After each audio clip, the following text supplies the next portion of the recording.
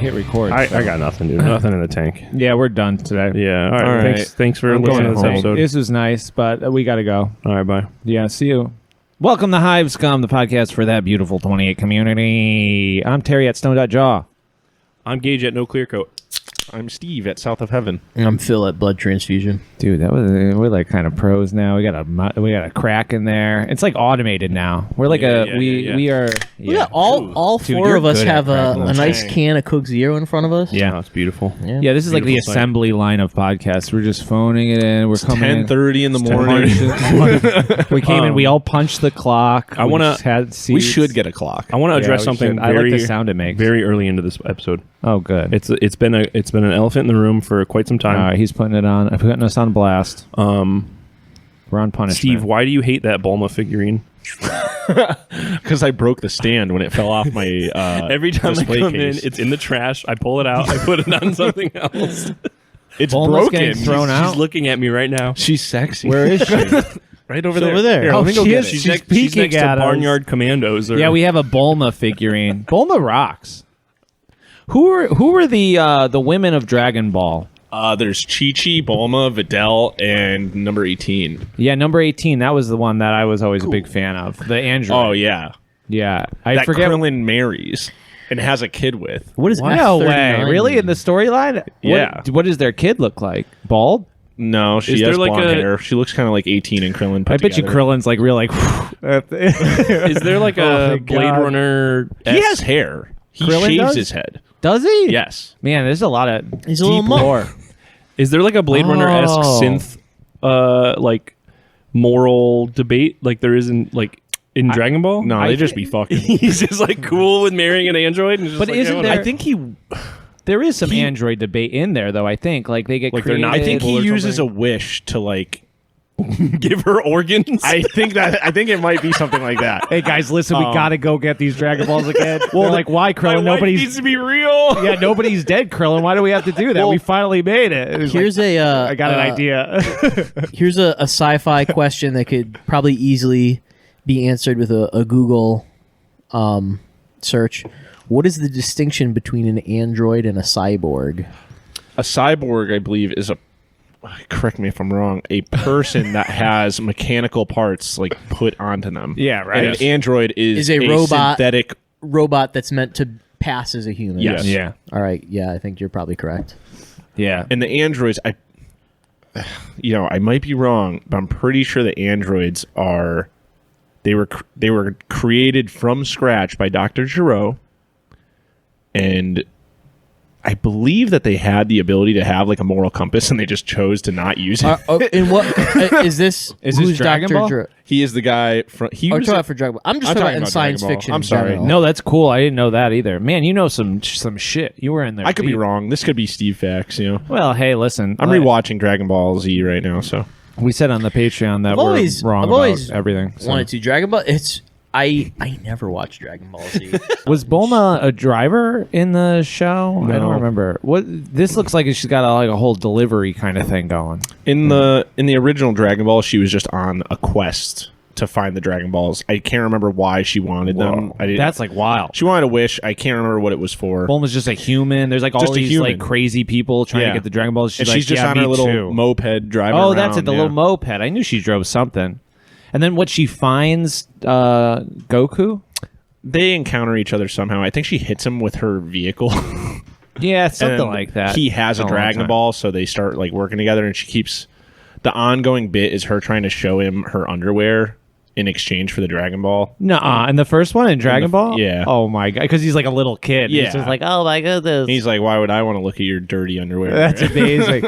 Doesn't he like eat it like a gumball or something? He has it don't like in know. his mouth. I don't know. Probably. Dude, it's been so long The since Dragon I've seen Ball this or shit. her underwear? No, the Dragon Ball. Dude, disgusting. Hey, I don't know. I know. I guess I never there's, watched. you know. Dragon Ball is kind of a blind spot for me. Yeah. It's all right. Yeah. Phil, did you see what you were tagged in the other day? Maybe. Was it more Sasquatch related? No. things? It was an academic article about what it means to eat animals in a world populated with anthropomorphic characters in One Piece. Who tagged that? And what was that tagged on? Kimmy Zerg. Oh, sent that, and no, I haven't looked at Oh, dude, you're gonna At have to read it Discord in now. a few days. I opened the Oh, link. yeah, it look is at a it. healthy article. So Yeah. yeah. And listen, I'll read any stupid article about anything if they like link it to One Piece. Yeah. Yeah. Well, if you're not on the In Rust We Trust Discord, head on over to the In Rust We Trust Discord. That's all head I over gotta to the say. In Rust We Yeah, Trust head over Discord. there. Just drive your car over to the Discord. How would people even find the Discord? That's I where guess we have that's a link. where There's a link mostly to it. that's where mostly Link to it Yeah, the every link episode. below. that's where mostly Gage hangs out, and I guess Steve. And then I hang out there. me and I Tim- have the you server hang out muted. there. I've been back I- on there. I been check back in. I always check in after we put out an episode, and that's kind of it. Yeah. I am terminally online. Yeah. So I've been back on there just because I- it's fun. There's a lot of So good I stuff try being really posted hard these to days. not be online, I like but that. well, the problem is that I'm still a fucking screen kid. I'm still staring at my phone, but I'm just like, YouTube Shorts.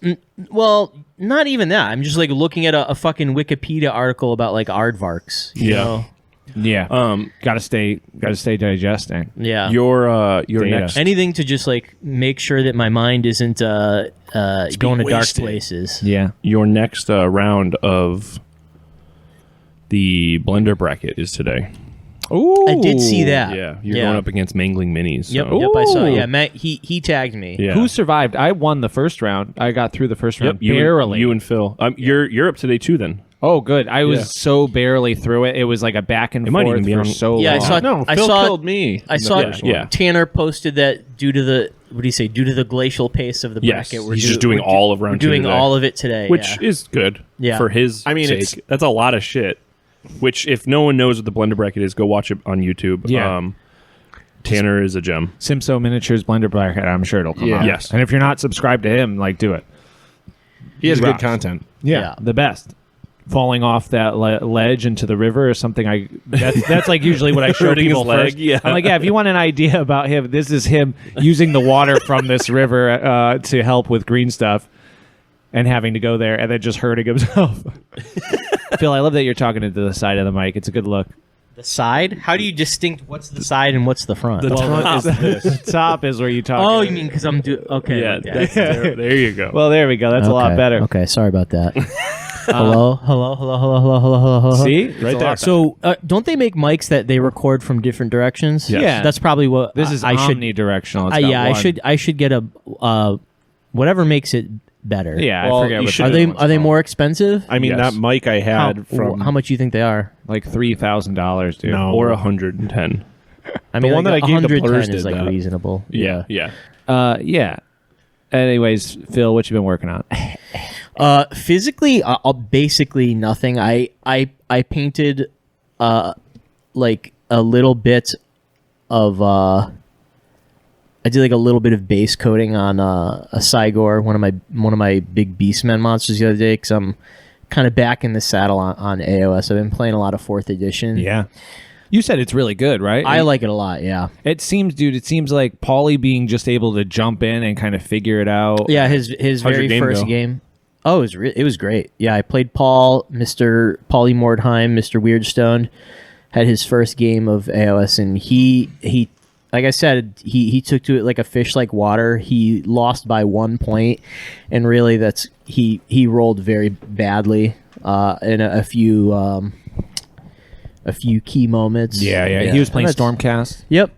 And that's, it's a dice game. That's kind of just like what it comes down to sometimes. I feel like I have some sort of like spiritual energy that I just roll really good because we were using the same dice. We weren't Yeah. same dice. I was rolling like tons of 6s and he was rolling lots of 1s and 2s. Yeah. I He's have been good, hanging out with me too much. yeah, I have just the best karma. And then you guys played on one of the Brothers of Promethium boards too, right? Yeah. Which is We cool. play like a smaller size, like 1,000 points. Those boards are perfect size, and we have like good 4x4. matching terrain for them. Yeah, like the good, the terrain that like matches them, so it like looks good. Yeah. And you were saying 1,000 points feels good too. It does, yeah. And like I think previous editions of like any game, like 1,000 points feels like super limited, but also might just be like a difference in how I feel about playing. What do you mean? Because there was a time where I want to have all my toys on the table at once. Oh yeah. And I It's generally do, how I still feel. I get the appeal of that, but I also I don't know. It's nice to like be done with a game in like 2 hours or less. It's also a thing where like I feel like a lot of the time I am trying to like curate a good experience for my opponent more so than myself, Yeah. just so that I can get people to play with me. And I think a big part of that is like not making people commit to like a all day affair. Yeah. You know, make it as like uncomplicated as it has to be. And I think that's good, especially when people are first starting out. Yeah. We'll talk about regiments, I'm sure, at some point. But Yeah. I'm excited to play like 750 points. Some small game where it doesn't. I'm like I can wrap my head around my army list for the first game, and then I can build from there. Yeah. Because otherwise, 2,000 points that's a lot of fucking zombies, and I'm like, oh, how am I going to move all these zombies? I get really overwhelmed. I mean, even 1,000 points is still going to be like 40 fucking. Yeah, I zombies. crunched the numbers, and it wasn't that. Yeah, it was something like 40 zombies, and I was like, that's more doable than 120. Yeah. Well, No, do you 100 have zombies movement looks trays? cool. It does. Do you have movement trays? You know what? I'm going to do movement trays like War of the Ring has. Mm-hmm.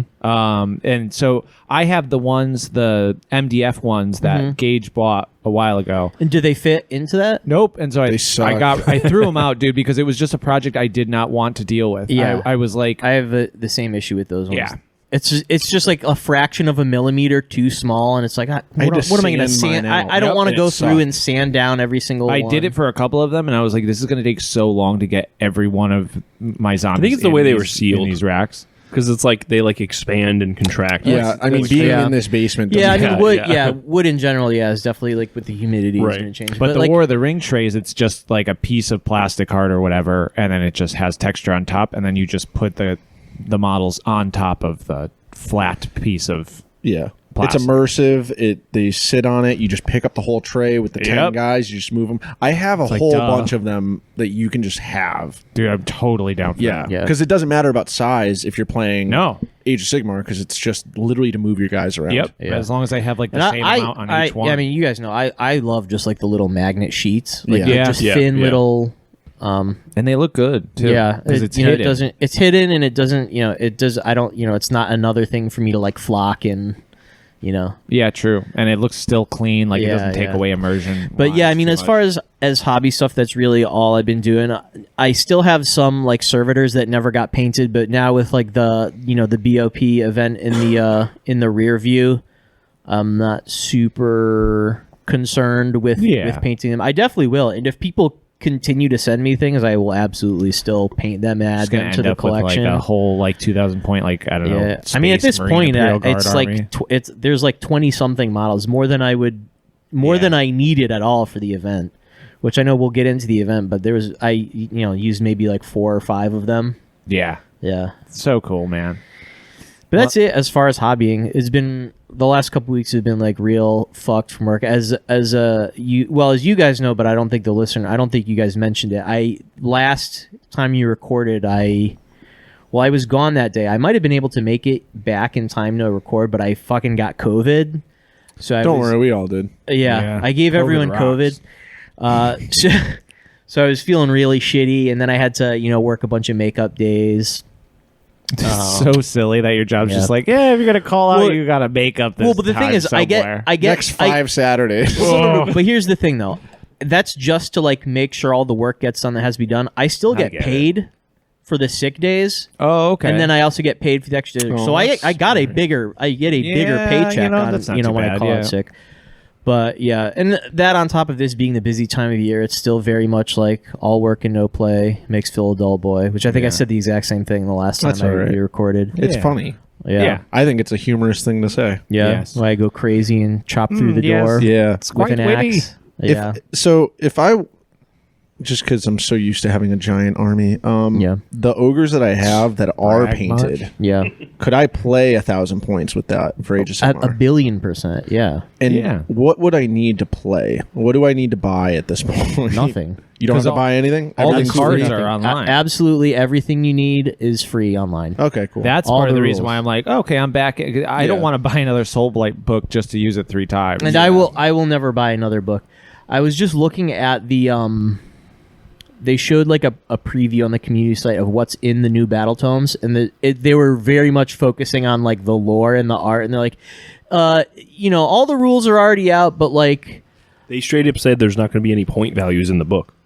What the fuck does that mean? well but point values are constant. They literally constantly changing. They Well, yeah, literally they always change change. with the FAQs. I mean, at this point, if you don't have a fucking app that lets you make your army list, that's in the updated point values. You're living in the past. Sick. their app is pretty good. And Do you it's have to pay free. for it, or is it free? I think it's free if you're only making one list, right? I It's think free for Until now. your book comes out, and then it won't be free. What? Yeah. There will be a site that you can do it. For Yeah, but even I'll then- never It's the pay. Warhammer Plus thing. Alright. Boo. Listen, it works. I always say that that I'll eventually pay for it because it's like $5 a month or something. I think I pay through the Apple Store. I pay You fucking $4.12. We are not Yeah, dude, sponsored by Warhammer. That's nor cheap will we enough ever that be. God, I fucking dude, Fuck that. the amount of things that I've like paid for, like subscribed. You for also and then get a just free never- model out of it after your Only if first. you subscribe for a full year. Yeah. Gage, Yeah. stop fucking advertising this. If you do the goddamn math, business. You know what? Actually, No. you don't get stop. No more. No You're more. $4 We a love month. Games Workshop. That's what I'm That- saying. you can like Give Games them your Workshop. money. Yeah. No, don't do No, that. don't and pirate everything. You can buy their models. Listen. They make some great models. Yeah. I won't say they're the best models, but they are. Breaking There's some news: awesome AI models. makes all of GW's models. No, they have like it's just like looks crazy. I don't even know. That's probably how they I get their started to chaos see stuff that now. that new sort of genre of AI videos where it's just real, absolutely like absurd, like acid trip shit. I Like I like saw it. one earlier where it's like a guy's just like on an angle grinder and there's like sparks are shooting out. And then the line of sparks transforms into a peacock's tail, and the guy just like turns into a peacock, and the peacock like runs on top of like a lathe, and then just like turns into a clown that's like dancing.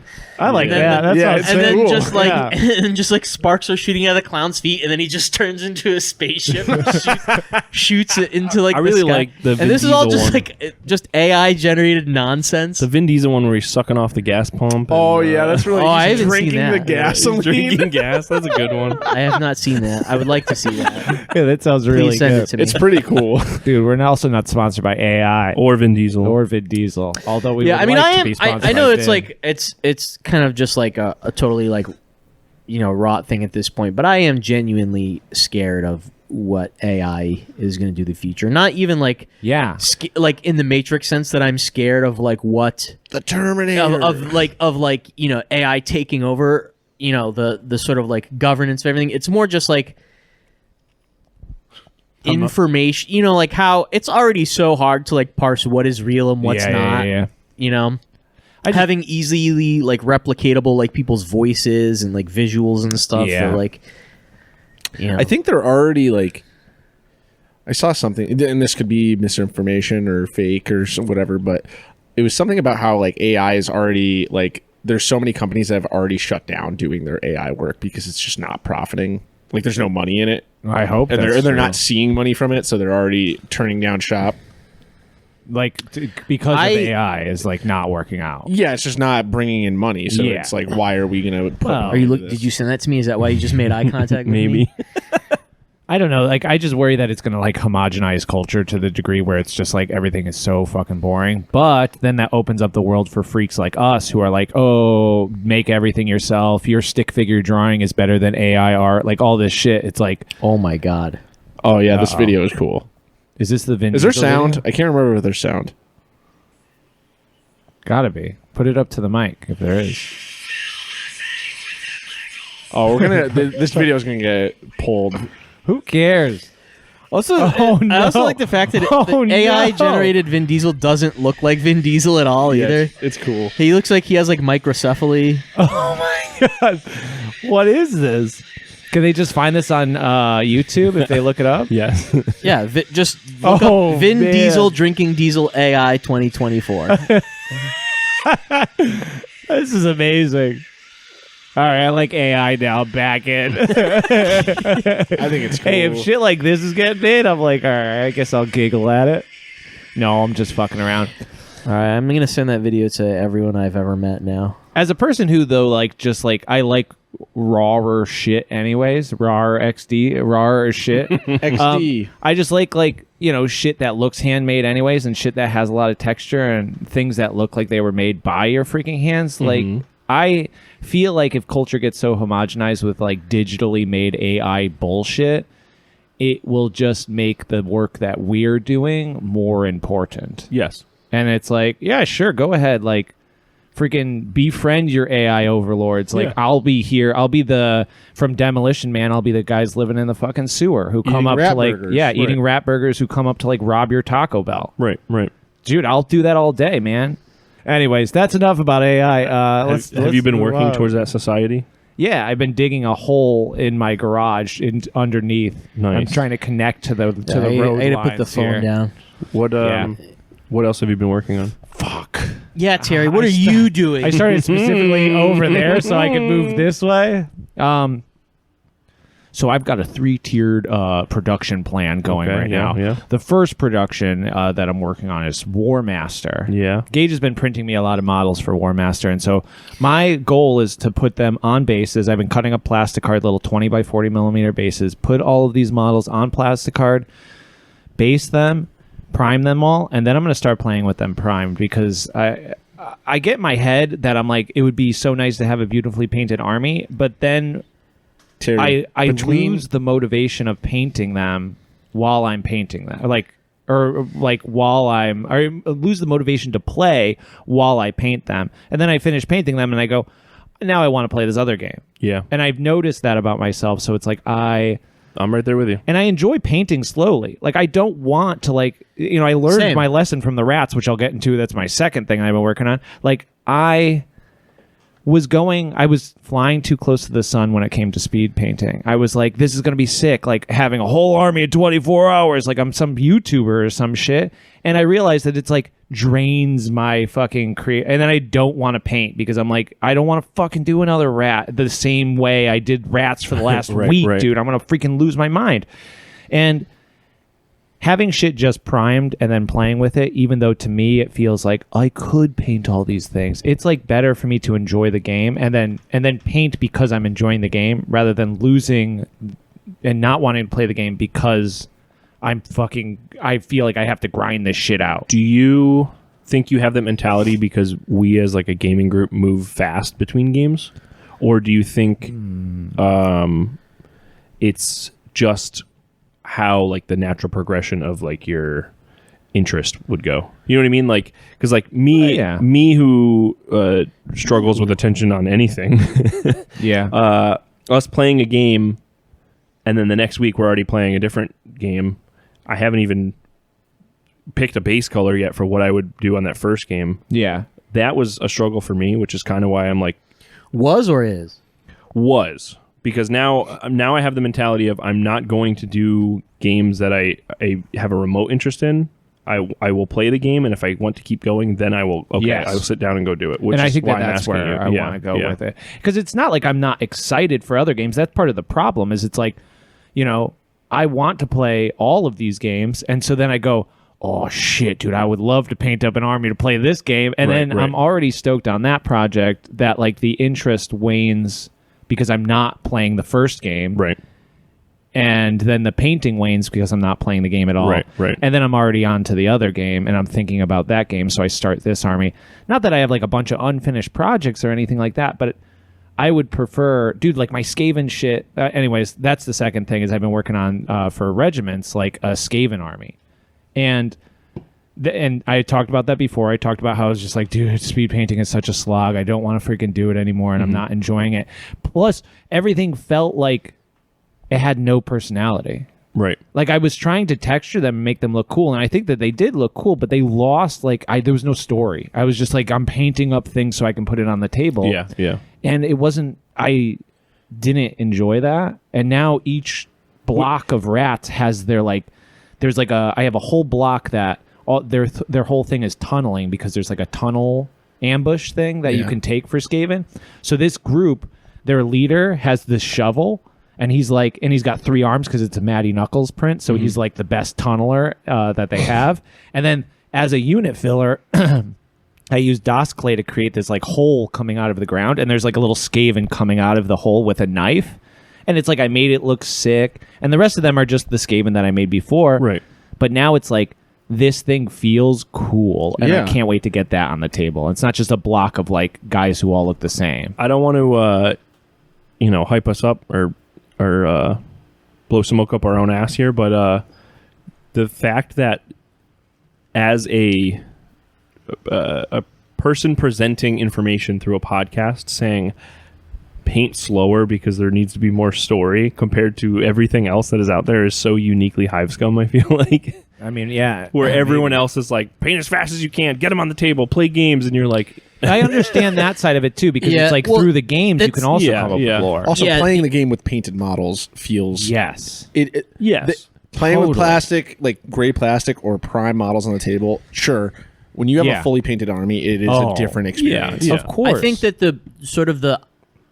the reason that content is so sort of like ubiquitous is because I think that the prospect of having to finish an army it's not just a turnoff for people who haven't started. It's a turnoff for people who have jumped into the hobby and then sort of realize like, oh fuck. There's like work to This this. takes a while. Yeah. And So- it should take a while. You got to Yeah. find a pace Well, but that's for some enjoyable. people, again, for some people, they're gamers. Like they want to have painted Yeah. models, but like they'll happily play. Well, not happily, but like they're still gonna play with unpainted models. Including myself. Yeah. I think obviously you have a perspective that comes from the hobby at the opposite end, where you are first and foremost a painter and an artist. But I would like In to a play game or more something. games. Yeah, of but course. it's Right, like the having unpainted. Steve's totally right. There's literally nothing better. Like your Empire army when they're on the fucking table, dude, and they're all painted, They look so good. look insane. Yeah. But to get to that fully painted army, I know I need to play the game to stay at all hyped. Yes. Which is like before when you were, or just the other day when you're like 750 is where we're starting with regiments. I was like, I can get there. Even if they're not all painted, I can get there to learn how to play regiments, and then I'll be excited about adding more units and finishing up what I have. Rather than being like, oh, War Master looks really cool, which does. Or like, oh, I want to go play Gaslands again or something, and then I'm like, my attention's shifting. I have like a clear goal to get to. Yeah. That's not like I need to finish an entire army in 24 hours or whatever, if that makes sense. No, I get it. I get it very much. I know I'm less interested playing a game when my models aren't painted because I'm just sitting there thinking 100%. like I would love to paint that model right now. I would Yeah. love to make that look and match with the rest of the army that is Totally. half painted or fully painted. Yeah. So I mean, And it's I just how feel you that look same at it, way. you know. I totally get that, and I totally feel that same way. But you also I have to test the know- game to make sure you actually like right? it.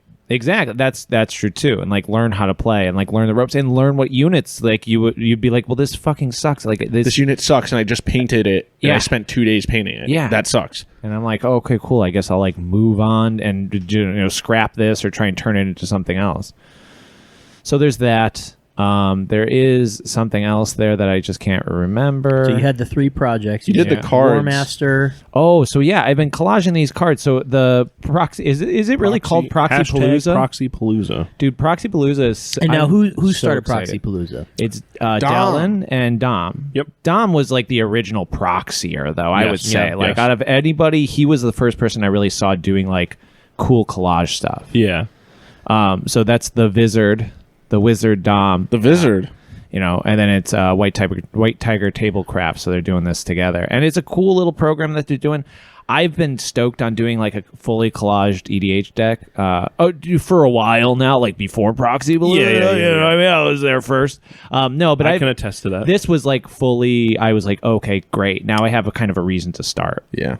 So I found a junk set of playing cards that like half of them like had water damage anyway. So I was like, well, nobody's going to use this deck. They are almost exactly the same. Like these bicycle playing cards are almost the exact same size as Magic the Gathering cards. And they're sturdy enough where you can kind of glue and paint on them and they don't warp so much, but I just stick them under a pile of books and they lay nice and flat. Double And sleeve them. Yeah, and I've just been having fun, man. I've just been having a freaking good time painting and doing weird collage shits on these little small cards. Does that mean you'll actually play EDH with me again? I want to, and I have an idea for a deck. I want to do a Sithis Enchantress deck Okay. because I think it sounds cool. It is. Enchantments are fun. Yeah, and it's like I have the reason for that is I have so many in my classroom, so many Martha Stewart living catalogs and country living catalogs that were just like given by parents at some point or another, and they all have flowers in them. So I was like, I want to do a flower themed EDH deck. That's cool. You should. And this fits really nice. You should make a drone record to go along with your flowers. Nice field recording. Cool. And you play it and make everyone at the table listen to it when it's your turn. I got to do this. Like, hitting play and then hitting stop. That'd be a good way to tell them, like, oh, I'm done. Yeah. You don't have to say any words. You could be fully competitive and not talk to them and just press the button when it's time for your turn. Press stop Like a when you're chess done. clock. Yeah. If this game isn't over by the end of this record, I scoop. I win. I win. But I'm excited for it. The Magic Talk just reminded me that I once bought a pre-con commander deck and then just looked at it and just like didn't fuck. Why did I do that? Where is it? I literally couldn't even tell you where is it. I don't know, in my apartment somewhere. Let me have it. I was literally just thinking. Well, I was just like, well, I could sell it, but I'm like, I have to fucking like figure out the price of each card. No. There's probably 3 cards that are worth anything. Yeah. The pre-cons All I know are is cool. it's like a I blue think they're deck. pretty neat. It's a pre-con commander card from a commander deck from a couple years ago. Do you know what? Dude, there's been What so color? many. There's I feel no like way it we might have could been. guess this. Was there like a D&D thing that came out Yes. maybe Yes. 2 years ago? I think it might have been something with that. And I want to say it's a thing where it's like it's like that maze mechanic. The where you're dungeon going- Dungeon. Yeah. Yeah. I mean, the pre-cons are great. I think that they've always been like an awesome way for people to start. Well, that's why I bought it because Yeah. I have 2 like custom made commander decks, but even I feel like and only one of them is like simple enough for me to like understand it. And then I bought this pre-con thinking like, oh, it'll be simple enough, but I don't want this fucking maze mechanic. Like I don't give a shit about that. Yeah. And, like. It's a I fun deck. didn't like care about like the commander either. I thought it was like kind of like whatever. I mean, that's Commander, though. I know we were talking about this on the other day in the Discord, and I have a very different opinion than Terry does on most Magic stuff, but the playing EDH is so like this side of the hobby coded, where you're like, you can pick a cool commander and then go, okay, I'm only going to do this one thing with this deck, and I don't give a shit about it's like anything it's else. like Yeah. it's like the fun of list building, Right. You know, Totally. which is where like the proxy thing is so cool, where you can Yeah. get into that even more and deeper into that. And I don't have to spend money for a Sylvan library. I Right, can just right. fucking make one. My beef with it is the textileness of the cards. Yes, when I'm- you look at your deck and they're all I can do, like that. Like I want to. They lay I want to pretty make flat. it. No, they don't. Dude, no, they I will don't. show you Yours the shit that maybe. I Most that I that The shit I'm seeing people Yeah. do, I'm just like, you're gonna sleeve that up and put it in your deck, and I'm gonna know where it is. It's a And I'm quarter gonna inch say, thick. and I'm gonna say, Well, I'm not yeah, fucking yeah. playing against that. Like, yeah. I would Which- totally play against anybody who wants to like sleeve up some crazy shit just because I don't care about like winning Yeah. or losing. Yeah. You know. You know, I mean, I agree with both points. If Yeah, if yeah, the yeah. most expensive card in your deck is like a game winner and it's a quarter inch thick, I got a problem. yeah, then If you got all lands, yeah. whatever. Oh, I it's, guess it's the third one from the top. Oops. Oh, okay. it just throws me out of the element of like, because Magic is a competitive game, Yeah. regardless Yeah. of whatever Yeah. format you're playing. Yeah. You are No, playing. You're totally. generally playing Even to friendly win, commander games are Yeah. like pretty competitive. and like that. And I know it's not an edge to know cards, but like just the thought of like, I know what card is coming up, like that would throw me out of it if it's Yeah. in my deck. It's like, oh, I have a bent edge corner card. Like, fuck, I now have to get a new sleeve because I don't want to Right. know that card is coming. Yeah. I guess my thing is if they're all fucked up, then I won't know. Yeah. And that's the thing. It's like, if I'm going to do it, Consistently fucked. if my entire deck is fucked up, then it's like, okay, well, who Yeah. cares at that point? But like when 3 or 10 Yeah. cards, Your Black Lotus is fucked up. You're Yeah. like, wow. Yeah, yeah. Not that would be even good in Commander so much, but I also have a problem with because I mean, I've had this problem since they came out with like the artifacts, remember the gold ones from Amonkhet? Masterpieces. Dude, when that shit came out, I was like, this stuff, Kaladesh, actually. this shit sucks.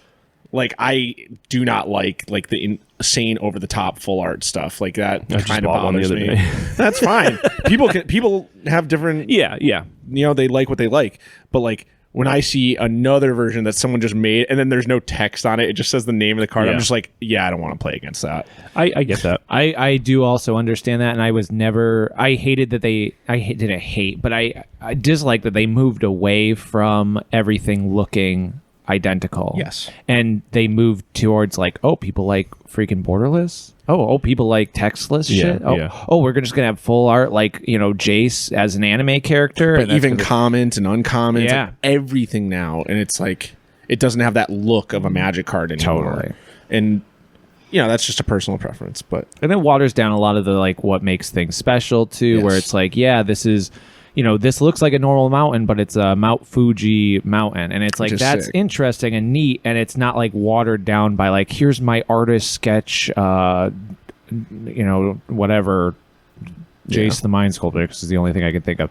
And it's like, everything just looks so different. But that was part of the reason why I was like, you know what? Fuck it, man. If they're going to make my cards look fucking crazy, I can also make my cards look Yeah, crazy. totally. That's why You I'm know? okay with it. Yeah. Yeah. It's like, well, cool. You guys already broke this freaking mold. Secret Layers already destroyed the look of the game. Rick so- Grimes on a battle bus, Yeah. baby. Yeah, baby, that's what I want riding in, dude, with Travis Scott and the parachute artifact, dude. Shoo, watch out! I got You almost my- need like a cheat sheet now, though, because the verbiage on every card is so important, like on what the card text actually says. Yeah. But give me a cheat sheet with your proxy deck so I know what Yeah. the cards do. The last thing I will say about these proxies is A, you should make them, and B, they open up the trading card game to be an actual trading card thing. Like I messaged For Fallover on on the Discord because like love their style so much, and I was like, oh, do you want to trade? And then I can be like, what card do you want? I can make right. any freaking card. Yeah. You want a Gaia's Cradle? I'll make one for you. And then I got 3 ready to go. Yeah, Martha and then you Stewart, can Gaia's make me a Cradle. Mog fanatic, and it doesn't matter. I'm trading 1,000 yeah. card, and you're trading a 50-cent card. It doesn't matter. Right, It's right. fully. I can trade you my Diglett for your Charizard, and Yes, it yeah. doesn't matter. And that's cool. It's so neat, and so I'm pretty stoked for that side of it, where it's like an actual trading card game. Like, oh, you got cards with you, like Yeah. pick one out, and I'll pick one out, A and we binder can of move full on. proxies like that would be pretty sick. Right? Yeah. I don't know. I'm stoked, and the format is I can make these collages in maybe 5 minutes. Yeah. Yeah. and they're so small that the collage is done. Right. And then I like to splatter shit on mine, and it's just like moving on, next one.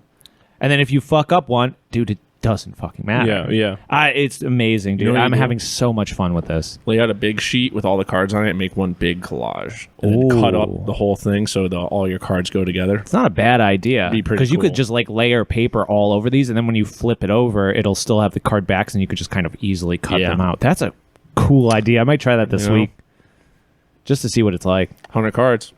Yeah. Anyways, I talked about Proxy Palooza enough, but people should go make their own freaking cards. Gage, what have you been working on? Since you threw me under the battle bus, as they say. Under the bang bus. Yeah, Under the bang What other type of buses are there? Battle bus, the bang bus, The school bus.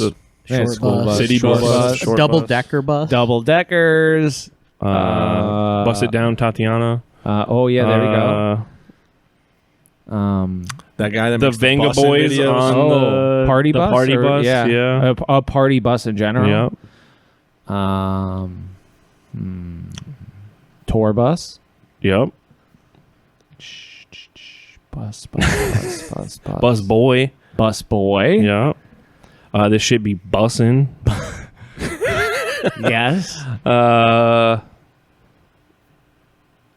That's all I can think of.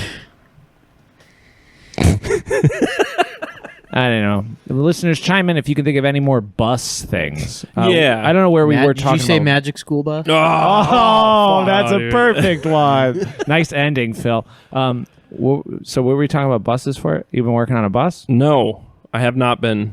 Why were you talking about buses? Though? You started talking about bus. I would never have talked about a bus. I have been working on the World of Warcraft, The War Within. Steve, what have you been working on? Anyway, that's not true. I've been working on hobby shit too. Yeah, sure. No, for real. He doesn't.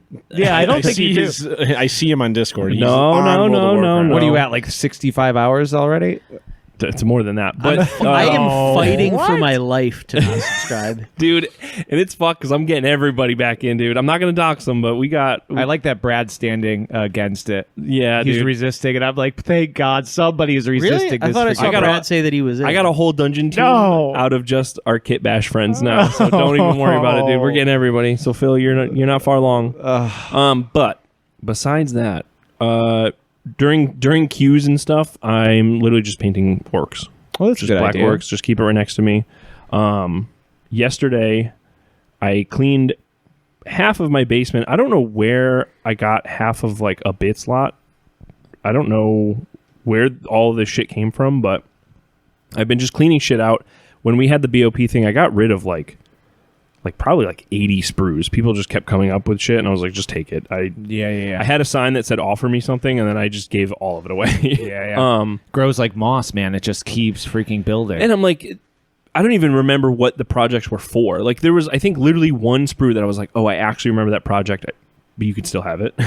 All the rest, I was like, I don't know why that's here. Please free up space. Yeah, please take it. That's where I am at in my personal life too, dude. Just get rid of shit. So I made my list for my the Kit Bash Zinch army that I keep talking about. Yeah. So I know I have like an actual idea of what to make for it now. So then after that, yesterday I was painting with Tyler about my War Master army, and I was so in my head about it, I could not figure out a scheme that I wanted. And Tyler like grasped me by the shoulder and said, "You're overthinking." Yeah. He said, "Pick 3 colors, and we're gonna do this right now." And I said, "Yes, sir." Yeah. And it worked. It was great. What was Yeah. it? Red, like a skin it's tone? The red. I really wanted red for because obviously they're Chaos Dwarves. Yeah. It just looks better. But I kept thinking I needed to start bright and then darken it and then bring it back up. Where he was like, "No, start dark and then just highlight." Yes. Yeah. And I was like, "Oh, okay." So Doom Bowl brown is what all of their clothing is, and then like a Mephiston red to highlight. I feel like War Master is the perfect thing for an airbrush. Probably. Just Yeah. just base coat them in just like a single sweep, and Yeah, then just yeah. dry brush the highlight on top. That's probably what yeah. I'm going to try and do. I See if it really works. like the little scales on their armor. Yeah. Just picking them out with the little highlights was actually Yeah. like, really fun. And it looks great when you're done. And then do the the 3 gold. foot rule when you're doing it though. You But have to that's hold the it this thing. far and be like, all right, which ones can I actually see? Because with 28 stuff, None of them. You're looking at it close and you're like, oh, this still sucks. Whatever. Dude, I'm looking at the War Master. I'm holding it like on my nose, and I'm like, I can see how bad this is. And Tyler's like, dude, Nobody's doing put it on the table. And I'm like, put it on the table with Oh. 50 more of them. yeah. I was Yeah. like, oh, this looks great. Yeah. And you're the only one that's ever going to look at it for more than 5 seconds. Yeah, to be like, oh, this scale's actually a little Yeah. further off. So, actually, when we're done recording, I think Phil and I are playing AOS, but I really want to blast through 3 units today of my War Master shit. Hell yeah. So that's my goal for the day.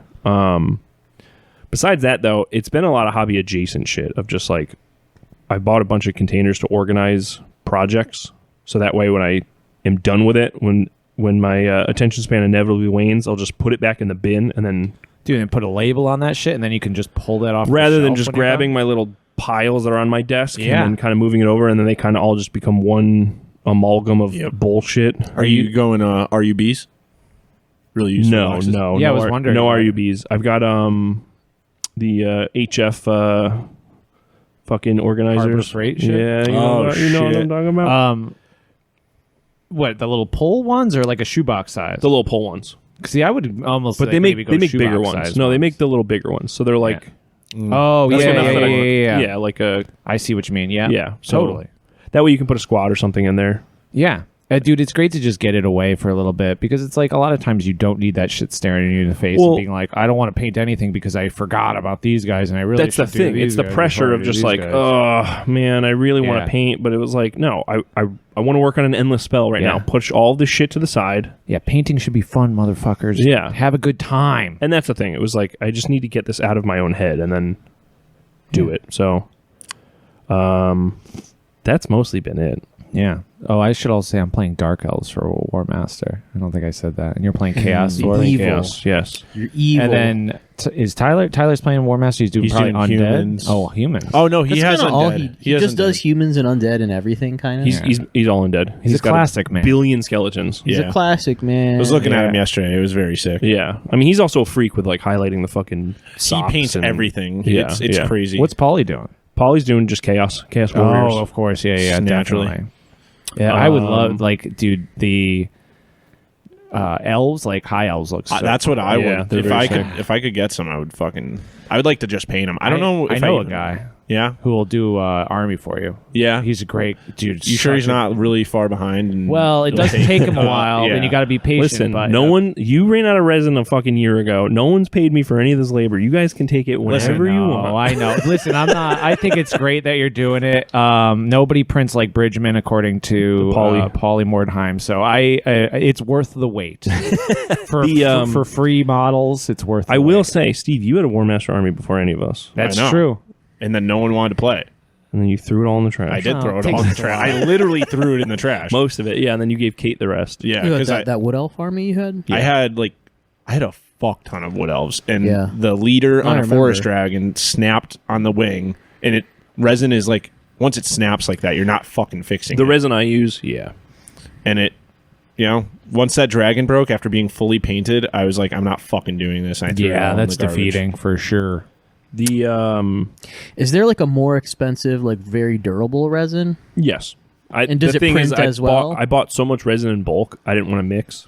Yeah, Does it You print, probably could does it mix it, print though. It as probably would- nicely? yeah, though? yeah. Yeah. You get more of like So, like, an if I- ABS like resin rather than But you like said because you don't want to mix, so you load the machine with resin. yeah, it's like a Yes. vat. Oh, okay. So Yeah. you The wouldn't printer, you wouldn't like, want to right mix behind it. you All right, still I has get a what full you're vat. saying. Yeah, I mean you can. That's what a lot of people So do. if I went ahead and like bought a bottle, for you to use, and it's just like the high res stuff, you would have to like fill it in just to print my stuff. No, I mean the thing is you can mix. It's totally okay to mix. Yeah. The only reason But you ruin didn't- the integrity of the resin if you. maybe or maybe not. That's Yeah. the thing. Some play well together, some don't. The problem is when you get a water washable and a non-water washable mixed together, which I didn't know. And early on, while doing that, I was like, "Yeah, everyone buy whatever the fuck you want, and I'll just do it." And then like the first time I mixed, I was using like the lowest low grade resin you could possibly get with like a frozen 8K, which I use now. Gotcha. And it was like you could very see where like because it's like kind of like oil and water. You can see it when That's it's literally what it is. well, I mean, yeah, actually, yeah, but you can see it in the fucking vat, and when a model prints, you can see exactly like where the like tie-dye swirl is, and then that part just is like shittier, or there's like it didn't cure in the midsection where they meet the right way. So I was just like, fuck it, everybody's buying frozen, or you're just giving me $40. I'm gonna go buy the bottle myself. I Still remember worth it for Jared would that. talk about like how he would mix it with the really high grade Yeah, stuff. the so it was Soraya Tech bendy. bendy stuff, yeah, which works well. Yeah, I imagine if you're mixing both oil based Yes, resins, yeah, it's it works fine. great. Yeah, yeah. Yeah. Yeah, one of these days I'm eventually going to make you print some more Beastman Listen, stuff for me. I got 2 armies left in the queue, so Yeah. you two can load on up. By the time you get to a high elf army, you guys aren't going to play War Master. And we'll see. You know what? I'm ready to wrap back into Middle Earth Strategy Battle Game Battle Company. My point. Oh yeah, the exactly. stuff I wanted for that. So, like, is we'll come back. absolutely If all we stuff that leave, needs we'll to come be back in. printed. Yeah, my problem with like a game system like this is it seems like a lot to learn. No, 4 ups, I heard it's really easy. 4 ups. And I was talking to Kraken Mike, Cosmic Kraken Mike, and he also was like, "Dude, this is like the best game for like people There- should be playing this because it's so easy." There is to learn." one rule that we had to look up the first time we played. Past that, for me to get a game without looking up anything, it's good. It's easy. It's 100% tactical placement. It's That's so good. different than GW stuff because of that. Yeah. Steve, what you been working on before we go off on another rant? I been playing a lot of regiments. Been painting a lot of models. You did like a learn to play event yesterday, right? Yeah, we How did had that go? the War Council come down. It was great. Blerz said, "Yeah, this is the game I want to play." Yeah, I'm sure. I can't wait to freaking try it out because I'm sure it will be like just the perfect game. Did he have an army? He built and painted an entire Beastman army. Oh yeah. Oh, that's right. He has was like showing me 1,500 points of yeah, Beastman yeah. now. So sick. Yeah, Kate he has said an that army. they're all inspired by the Garden of Earthly Delights. His Beastmen. No shit. That's really? that's what he was saying the last time What did I they? saw him. Oh, dude, I got to His see Beast these. Lord is so sick. The horns are like a foot it's long. just a giant. He took the 3D He was print that was working in the on that. Bitsman. He was Yeah, working yeah. on that here when I was playing with Kate. No shit, dude. That's Yeah. cool. Yeah, the way he's doing his army is it inspired me, and I'm sure it'll inspire a lot of other people. He's like, yeah, this 750 points because that's what we're playing to start. This is led by this guy who's a named character in my army, and this is the army he leads. So every time I play, this is this army, and when I add to it, it's this guy in his army of minotaurs, and there's a group of gores that come around. That's how I play my Beastmen. Yeah. Yes. It's a different leader. It's a different leader. It's a different like regime of guys and units. Neat. And if they're both in the army, they're there for an alliance. exactly. Yep, that's how I play That's my cool. Beastmen. Yeah, my Minotaurs, my Gores, my Dragon. Yep. Ogres, they all they're have their own leader. They're all separate. The Zangors, they're all separate. Sort of, factions that come together under the one Hearthstone. Oh, that is cool. And that's what I did with my empire. With like every unit in my empire army is a named character, named unit, named. Everything has a name. So sick. From the cannons to the fucking peasant regime that runs around with spears. Like they all have their own guy. They all have their own sergeant. They all have their own name. Like, See, I love that shit, man. That's so cool. and that's like kind of what I've been looking at with this, smaller scale 750 point play level. Because like I built and painted an entire goblin army, I think in 4 days, yeah. and I'm just gonna like keep churning those out. I want to have Yeah, like, baby. and this is like where regiments came into play originally for me, where I can fulfill those like, oh, I want to have this army when I'm little, and now it's like, well, I'm an adult, and I'll just build the armies and paint them. Yeah. It's inspiring to see how I was making jokes yesterday. We were here, and I was just like, yeah. Oh, is it the guy in our group that only wants to play regiments? He's all in on regiments? Because we were like talking about War Master, and I was like, yeah, I think we're all going to play War Master. And I was like, except the one guy who only is playing regiments. Regiments pilled. Yeah. I just think it's cool, and like I think that the hype that you've built up in our circle of like everybody's like, yeah, cool. If there's 4 people playing rank and flank, and I know I'm going to be able to find like a person to play with, then I'll play regiments too. And that's how I feel like with this Skaven. I'm like, well, I gotta finish these fucking guys. Yeah. I gotta play. And I know It's hyped. you were down about like the customization of the Skaven, and I think like you can fix so much of that with just like Yeah. how you paint them, like going back and like just touching up guys. Like, And how you play too. Like, Yeah. people will. But this is why I'm not going to go back to what I was saying. But it's like, to be able to play, I need to let go of my like. They need to be fully ready to go, because then I won't have time to build a story through playing. yeah, exactly. Yeah, and I that's like where half the fun is. Like Yeah. you tell a story as you're playing. Like my goblins sucked yesterday, but like them dying, Yeah, I very much have to like move my mindset of like I'm playing to win, and it's like, oh well, I'm just here. Like they're goblins, they're here to have fun. Like they're having fun losing. Yeah. like who cares? they just want to fight. They want to scrap. Yeah, they want to scrap, and it's been very just fulfilling to play a game that is like very. I always equate it to like chess. Like it's very like the movement is everything in the game, and like the game is fought and won in the movement, and it's just very. It's problem solving. The whole game is just problem solving the whole time, and it's just very interactive with the back and forth, like you go, I go movement. Now It's just very fun. How's your magic system working? Because you made that It's custom awesome. magic system. I can't wait to fuck around with that, because when Gage and I played Age of Fantasy or whatever the Sigmar game was, the Sigmar clone, Yeah. I liked it a lot, but you brought up great points where you're like, the magic system just doesn't feel. It sucks. It sucks bad. I mean, that's how I felt about Age of Sigmar's magic. Like Yeah. I felt that was like boring. Well, It is too in its own way, yeah. coming from my Cities of Sigmar that was like, oops, all wizards. Yeah. Yeah. And then going into Age of Fantasy, I was like, cool, I have the same spell that everybody else has, but it's just named something different. Yes. And Well, that's not necessarily true, but I get what you're saying. yeah, 'cause a lot whatever of the spells are very sixth, similar, whatever the sixth slot spell was, is just the same on every army. And then I was like, and all of the cool things that make Cities of Sigmar, like Empire technically, aren't even in that game.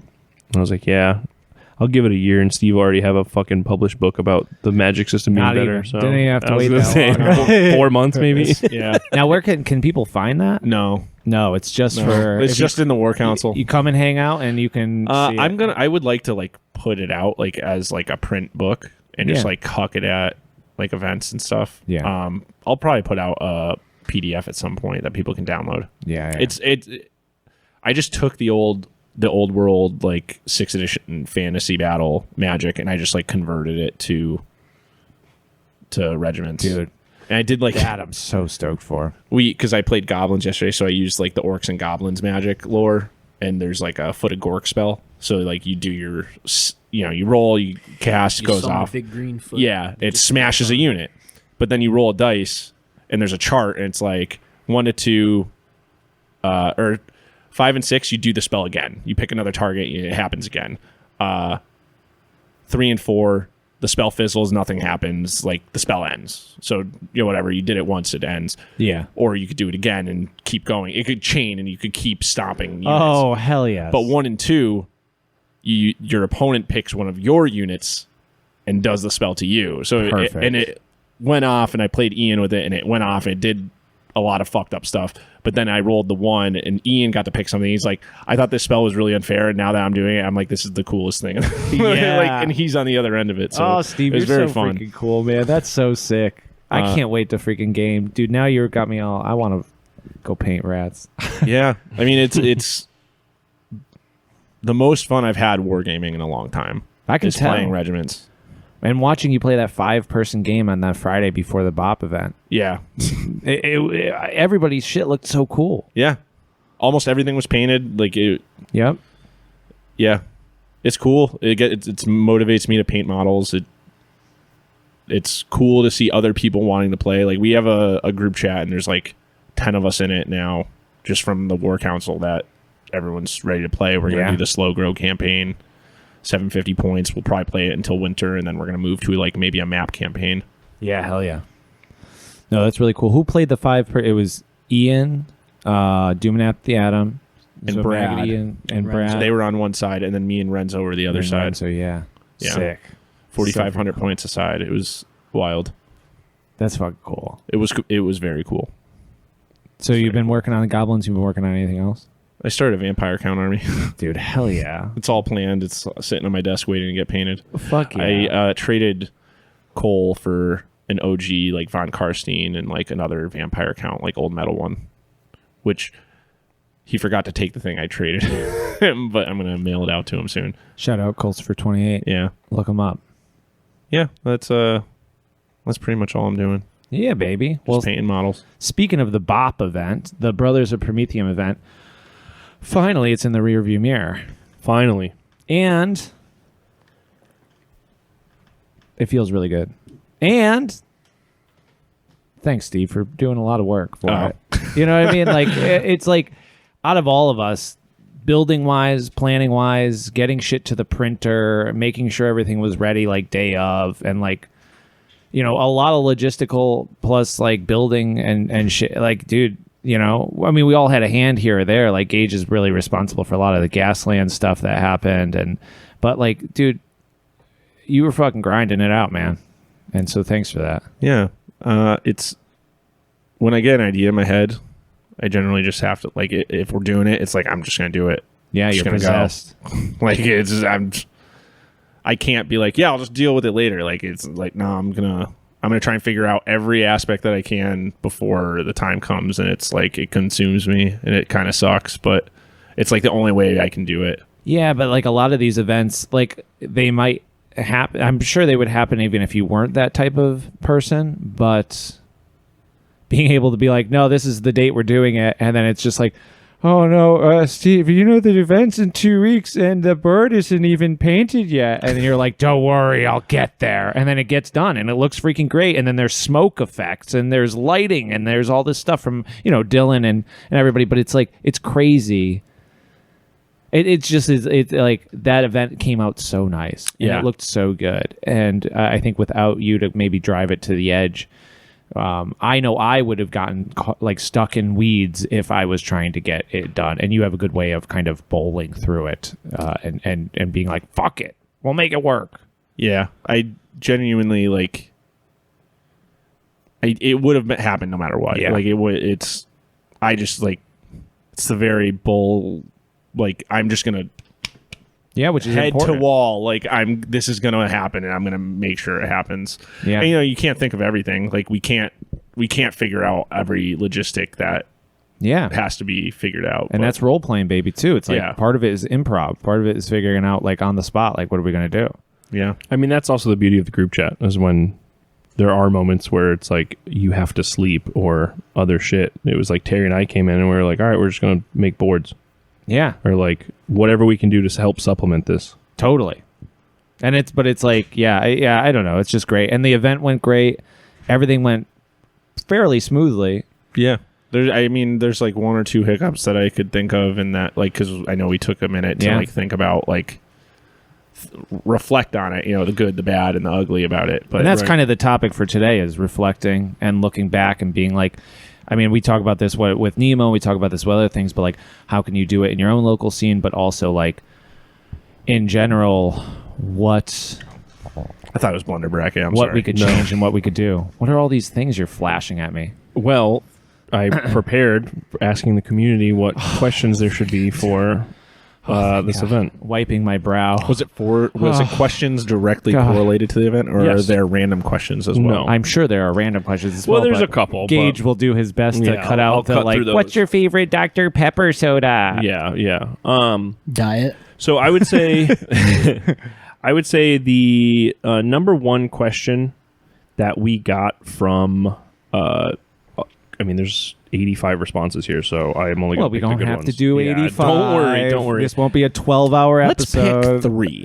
Well, Yeah. these are the good ones. Overarching themes. I mean, they're all good. We all love you, but yeah, you know. Every question is good. You're all special little snowflake. There's The- no stupid questions. no the stupid most questions. the most asked one was what was each person's personal favorite thing that happened. Personal favorite thing. Yeah. God. So Blerz brought up a great point in the last episode that I really wanted to touch on, but the day of the event when we were recording, it was kind of chaos just to wrangle people in anyway. But I'm glad he said it because it's like with a game that big, because mind you, the second and third game were all multiplayer. Yeah. Because it's so big, you're getting these little individual stories that Yes. someone at the end of the table isn't even hearing what's happening at the top of the table. Yeah. So, and we were all at different corners of the room at all times. What were any of those little stories or something that you guys thought was like your favorite or In the two multiplayer games? any of them really? I can think of 2, but I will pick one. Probably Cole when he got in the Valkyrie. And he's like, "Oh, I get in the Valkyrie," and I'm like, "Okay, what do you do?" And he goes, "Well, I don't know. What can I do?" And I say, "There's a big red button in the cockpit." He goes, "Well, I press it." And I'm like, "Okay, well, the plane starts to take off and you leave the planet, Right. And this is what happens." I had him roll on the chart and everything, and he was like, "Man, I feel really bad for all my vampire friends that I left on the planet." Yeah. He's like, "Can I go back?" And I'm like, "Well, yeah, sure, why not?" And like the thing he rolled was you go, the one that Tyler thought up, like you go 10,000 years in the past and you're on like a feudal planet. Roll again to see what happens. And he rolled like he was put into enslavement on the planet as like a gladiator. So he's like this eternal vampire on this planet, like killing people for 10,000 years, and then he somehow escapes and comes back at the same moment in the Valkyrie. Like, nah, guys, I'm still here. Don't worry. I came back. That's what Like, it was. Oh, that's cool. So he had his own minute story that I don't think Right. anyone else knew. Yeah, he won his freedom from fighting up through the ranks of this gladiatorial like pit, and then won his shit back, and then went back. and then went Yeah, back. I didn't even know that. And he escapes, yeah. he comes through the warp like at the exact moment when he left, and he just comes back and does his bombing run and do the picks up his bombing, friends. and he killed that giant Tyranid creature that was on the spaceship. So Yep, we had yep. this like big boss that I think it was Paul, and There's 2 of them. Well, the big one that Paul made, BDCF painted. yeah, Yep. and it came right down and just blasted it. Yep. It was so cool. And I was like, oh, dude, this is sick. And then he lands and immediately gets freaking sniped. That was probably it. I would say that, like, going along with this, Cole is a great role player and he's a great narrative gamer. And so during his Gaslands game, I had like a little squig. I was given a squig the day before from Brad, I think, and I was like, okay, let me paint this up. And I was like, oh, actually, this squig is going to have a dusty base because everything's been having a dusty base. And I'm like, oh, maybe this squig is like on the planet, and he's going to run around during the Gaslands game, and he's going to be the mushroom, like a Mario mushroom.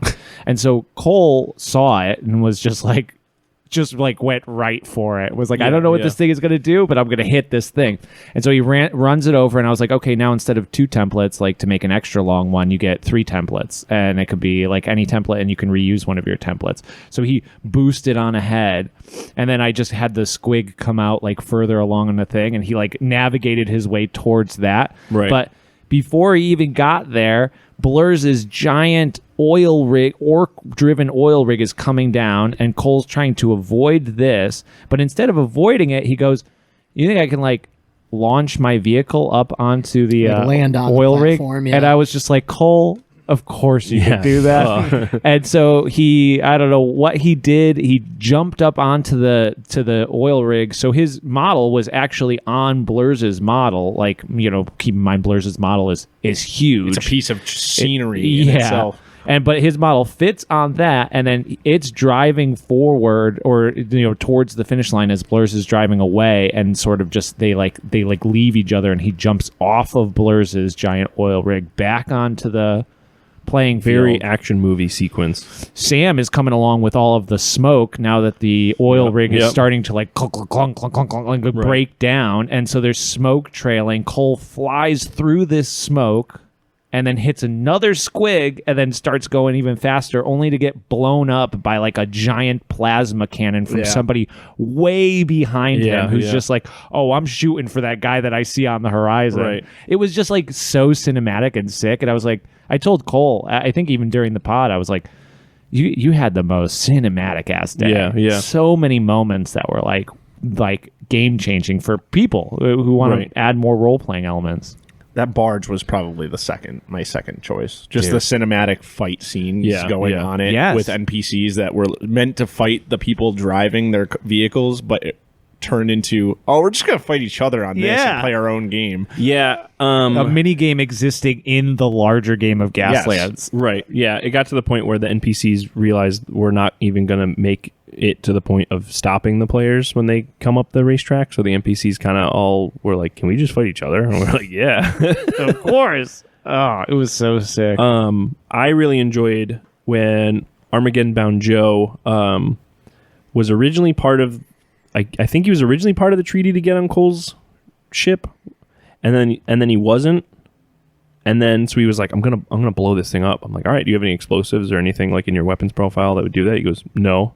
I'm like, all right, well, fight your way through everyone that's on the ship already. And I think it was Chris and Jared, Caffeinated Miniatures, and Witty, I think too, because it was like a whole vampire coalition that was like, they were all planet on the ship. And I was like, well, you're gonna have to fucking melee your way through to get to the front, and then like self-destruct. Yeah, well, we'll come up with what happens when you get there.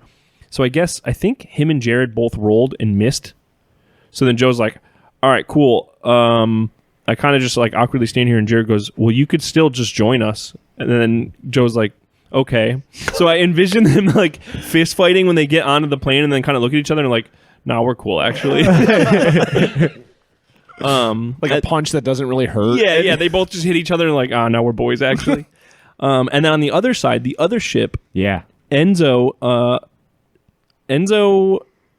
is chasing Grant's model. Grant like hits the thruster on the other ship. He threw a brick in. He kept saying, I throw a brick in. I want to hit this thruster. So the big bug is still kind of like there. He throws a brick at the thruster. Enzo's like, I want to get in the plane, and I forgot who he was fighting. He was stopping someone from like fucking with the thruster. They wanted this plane to go through. And I was like, all right, cool. Everybody like immediately D&D brain. I'm like, everybody make a deck save, or like everybody make a skill check or a quality check. Yeah. I think only Grant passed. So Grant gets back out of the ship. All the rest of them go down with the ship. The ship explodes and kills the Tyranids and the ship everyone just went in forward. It just goes the forward. Really good photo of it with like the smoke coming off the back. Yeah. But like two totally different dynamics where everyone's like, no, we're fighting to get off the planet. And then the other side's like, we're just going to blow the ship up. Who gives a shit? That was all the abhumans. They were like, no, we're here to stay. No, and you're all on this. staying Yeah, with you're us. on this planet. Yeah, I've never seen a player more stoked for their character to die. Like Enzo was like, Yes. you were like, do you roll to try and escape? He's like, no. hell no. He's like, I'm flying with this thing, and he just dies, and he was like the happiest guy. Yeah, He just yeah. completed his story. Yeah. Hey, you know. It was great. What about you, Phil? What was your favorite moment? For my own personal interactions, I think it was easiest for me and my lore with the body snatchers in the first round and like the individual matchups to just sort of anytime someone got a little too close to the board edge, I just pop in at the periphery and try and kidnap them. And I had a couple notable ones. One of my servitors was made by Chris Landlines. Yep. So that model specifically, as well as a couple others, they jumped into his game against Brandon. And I guess he was. They were like, it was like the last. It was right at the end. Yep. And he could have just like basically ignored you, but he said nope. And then all the guys that essentially match, I have the ogre servitor that matches his entire army. They like turn around and just made a beeline to like fuck that guy yeah up. to fuck that guy up rather than contest whatever for the end of the match with Brandon. Oh, that's awesome. That's so funny because And then- I did the same thing to their game, and he also killed my guy. yeah Like Chris was like, "No, fuck you," and Brandon kind of just ignored me. yeah. Yeah. Brandon's he's playing to win, so he's like, Yeah. oh, yeah. computers Always plays to win, uncontested. yeah. And then the other great one was, and I felt bad at first, but he was loving it. Was Adam Doom and Apathy? He had his guys that were like right by the board edge, so I popped in, and like I killed the guy. He's like, well, that guy had the the objective. had the Data slate. objective. Yeah, he had the data slate. So I cost him the game, and he gave me the model. It's in the case with the rest no of my. way. Yeah. Yeah, it's in the case with the rest of my body snatchers. It was snatched. Yeah. Technically, you made it a tie, so no one lost. That's Yeah. true. Yeah. That was kind of the beauty of, I think, the whole event was there's really no winners. Like, Yeah. if you won a match, you really just got a bonus in the Yeah, next yeah. match. Like, there was no... I don't think it ever led to feel bad moments. Hopefully not. Even Like, Yeah. if you won the last game, you just die. Yeah. And I or think you're the- sold into like slavery on a Yeah. backwards planet. I think the best possible result was, like, if you happen to be a human, you were put into a penal colony like Imperial Guard Legion. That was like the best case scenario. Yeah. Love that. Hey, 3 square meals and a cot. Yeah. You know? Maybe. The second round, there was so much going on that I almost felt uncomfortable interfering as an NPC. Not uncomfortable. last but like, round? No, during the race. Oh, The that second would. round. That's like my biggest hang up for the whole. Yeah, Yeah, and we second we round. could talk about that. But then the third round, I kind of just did the same thing, jump out from the periphery, and I wasn't able to do anything really cool that round. At one point, I jumped out and tried to kidnap one of Joe's. I think he had sisters, right? Yep. Joe Yeah, Armageddon Bound, and he was the one person that just like, other than Chris, that successfully just like fought me off, just Yeah. kicked me off the bridge and went about his business. And then I finally, at the end, brought in a guy to try and shoot down the ship as it was taking off, but it was kind of too late. Yeah. Yeah. Yeah, the us going to other people's games was an awesome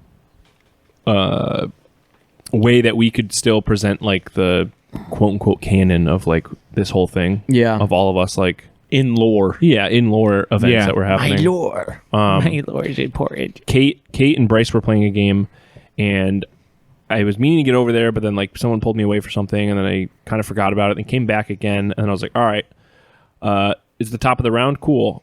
This guy's here, and then Bryce is like, this is my only guy that's left, and he's running away. And Kate has the objective. He's just trying to save the guy. And I was like, all right, well, my Gene Circle guy he's here to sell you the data slate. You don't even need the one that Kate has. Oh, He's gonna shit. sell it to you. So you turn face to face. I'm like, what do you offer? So he buys the data slate from me, and then game 2, I was like, all right, what he rolled on in the chart, which is also in the packet that Steve mostly produced, they will come back in game 2 to try and take it back. Yeah. Bryce died very early in game 2, and I did not get the option to do it. To track him To down. track yeah, him down. I was like, interfere. well, Yeah. which leads into a couple of these questions. One real quick first from Apocrypha Now Ben. Can you explain how you did the Gaslands thing? I'm a rules nerd.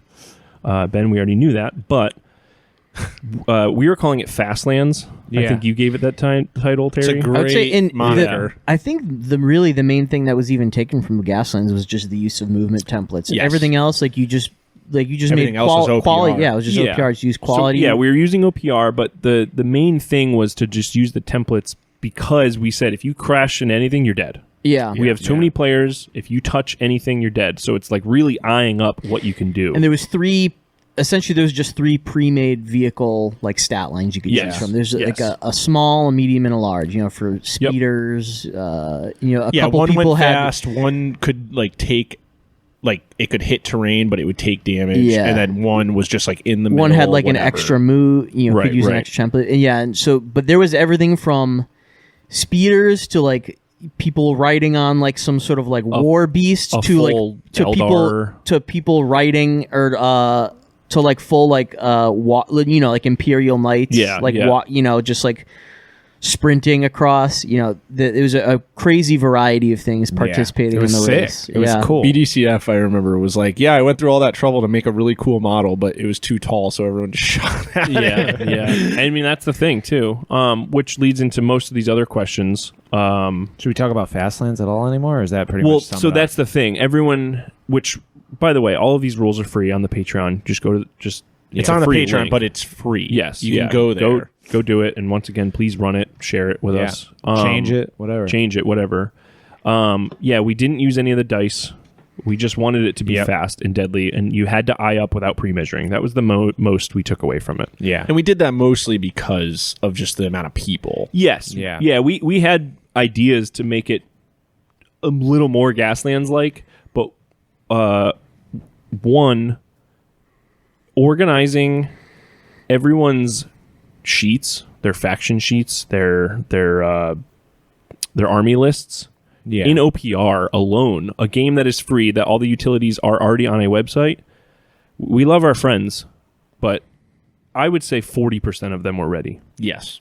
I'll just do it right now. It's just the nature of the beast, right? No, totally. And we've been there. Terry and I wrote our Yeah, fucking yeah. Hondia shit On the minutes piano that before said no writing on here. minutes Yeah. before Hondia Totally. started. I get it. So, but just with the amount of people we had, also, I don't know if we ever explicitly said this. We planned for 20 people. I don't think we planned for 20. I think we were hoping for less than that. We had over 30, I dude. think. we had 40 people in the room, but I think we had 31 players at one point. There was a lot of people. So there was a lot of shit on the fly, but most of these questions from Dylan, from there's 7 people that are kind of all asking the same thing. What was the biggest surprise logistically, or just how big was the Gaslands game? How did you manage that many players? We did. It was unmanageable. We didn't. And Yeah. I think Steve, you were going to go into this, but I think we can kind of all agree it wasn't the best way to manage that many people. Well, we did it on I the think that fly. there was. Yeah. Well, I just think for that- record too, the game was a 8-foot long table teed up to another 4-foot by 8-foot table. Yeah. So we had people starting on the top of the tee in all 3 directions, then meeting in the middle. Yeah, sort of funneling. Right. Yeah. And I think we're kind of all in agreement that it was unmanageable, and we probably Yes, would not. it was have- big. Also, somewhere lost in translation. I know we all said weapons were going to be hot the second round. People just started going. The first round, it was people are dying, and I'm like, oh, I guess weapons are hot first turn, Well, first activation. So it was that's when we started realizing the NPCs aren't even going to fucking see action. Yeah. The snipers that are set up 4 feet away from these people aren't even going to get a shot. I think though, either way, it would, even if you waited the one turn, people would have made Cole where he was. Yes. he would have been one more. He Yeah, still wouldn't yeah, have made it off yeah. the board. Yeah. Yeah. So the long and short of it is, I don't think the game ended by the time the person that made it furthest along made it about halfway. Yes. And then the last 2 remaining players decided to handshake and make a Yeah. pact. And then I think they deployed together and were allied in the 3rd round. Right. which was what I was hoping That's cool for out of narratively, everything. yeah. But yeah, having that many people on a single thing, and then just trying to figure out on the fly how we were going to do the activations, Yeah. definitely did not go perfectly. No. I still think as awesome and cinematic as it ended up being, especially with Blerz and the mobile oil rig, crashing through everyone. From a gameplay standpoint, it probably would have been better to just do 3 separate races. Well, Divide it so that there was different. I think having everyone participating in one big race I agree. it was a lofty ambition. Yes. Also, Cool idea. great idea, but like, yeah, we turned the lights off and we had the cinematic lighting thanks to Dylan, and it was all eyes on the main table. It's still a medium-sized room with 40 people talking. Yes. Yeah. It is Yeah. the fastest way to overstimulate your friends. Oh, totally. And especially by the third game where it's a multiplayer game, you could see the effects on people that don't do well in that situation. And Yeah. it's like it was Me, kind of I would never Yes. agree to participate in that game. and like I get that. I get that for Yeah, sure. yeah. And people that were like, I think I'm going to sit this one out, was like, that's totally fine. There's no pressure here. We totally get it. It really, like, it's one of those things where, like, it'd be so sick to throw a party with everyone I know. And then when it's happening, you're like, this is the worst thing that's ever happened. Yeah. Yeah, that's like, to me, like the social anxiety that I experience is never like, I'm fine meeting new people and Right. like, being around strangers. But when there's that many people that I know and want to interact with Yes. in one place, that to me makes me anxious and like, Right. overwhelmed. Right.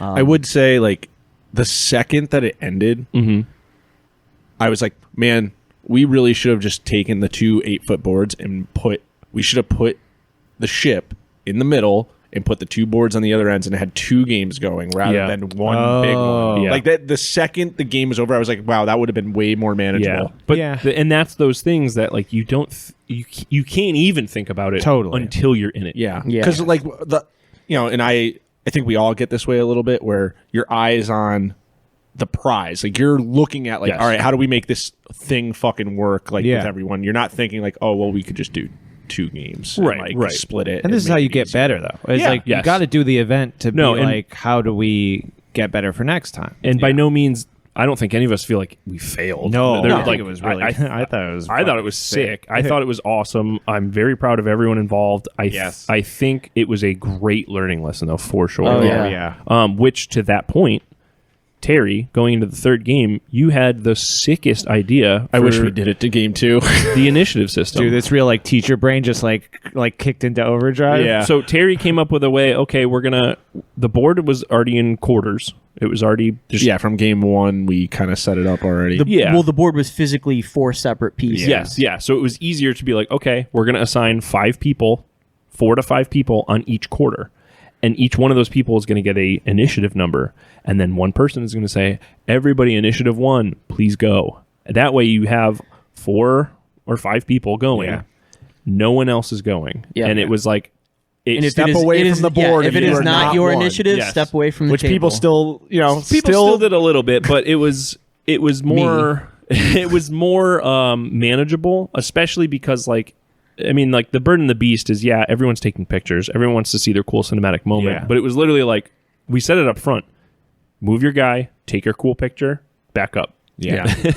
Do what you got to do and walk away. Like, that is the only way. Like, that game went surprisingly fast Yes. for how many people. Yes. And I think it's only Especially- because we said, back the fuck up. Right. When your turn's over, Especially, please back though, up. At the end of the round, we're spawning fucking 5 Yeah, to 20 NPCs. Yeah, because we're just like, all right, Gage, you have 4 guys over there. Yeah, Just roll yeah. them up real quick. So a couple of the questions also were asking,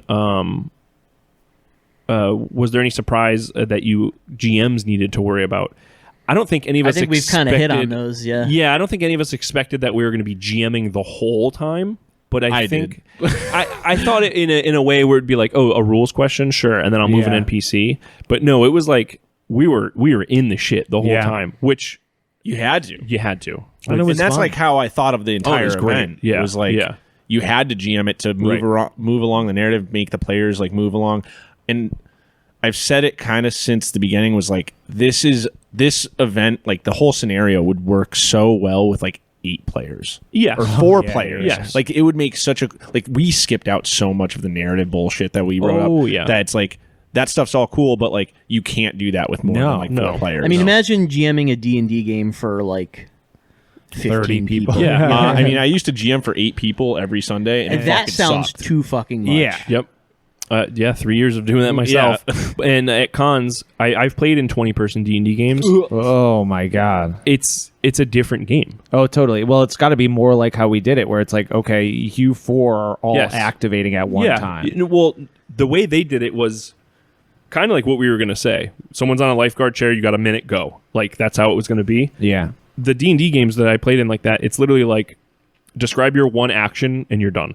Yeah. And it's like, that's not really D&D at that point. You know what I mean? No. It's like, I do a hair flip and I shoot my crossbow. Cool. All right, Terry, your turn. And it's like, there's no narrative there at all. No. You know what I mean? I mean, you can't even expect that out of No. a 20 Right. Which And I don't then- think anyone expected that either. Exactly. Yeah. And then that's the cool thing, too, is everyone was like, oh, you guys did such a good job of conveying your vision to the players. And it's like, you guys have no idea.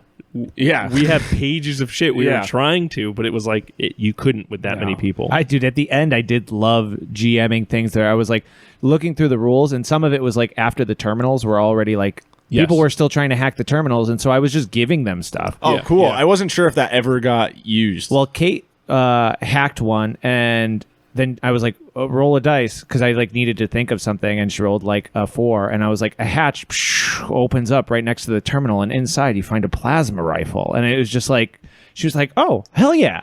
And then Brandon did the same thing, hacked a terminal, and then I was like, roll a dice, and he rolled like a 3, and I was just like, all of a sudden 2 doors open up next to the terminal, and you find an elevator that will bring you to the top of this level. And it was just like moving on. And he was like, dude, that's sick. I'm going to try and hide in there if it explodes. I'm going to try and use it as a bomb shelter. And I was like, you know what? If you did, I would let it happen. Like, that would be sick. and that's cool. That's totally. and I remember some people being like, I'm going to destroy the computers. I'm like, okay. Yeah, and then yeah. moments like that, all of us were running around and we're like, the computers have 3 health. We just decided. Okay. Yeah. And then Just do it. At one point, I was like, how close are you to that computer that just exploded? Yeah, like, yeah. just to be like, okay, fuck it. Like, let's Yeah, see if yeah. it'll do some damage to some people that Yeah, are near. Right. It was remember- fun. It was fun just improving random shit to throw at players. And that's like what I was really looking for out of this was like the level of like narrative RPG elements to Totally. a war game. Right, And that's right. all I was really looking for out of this. And he felt it. That is the whole Hive Scum ethos.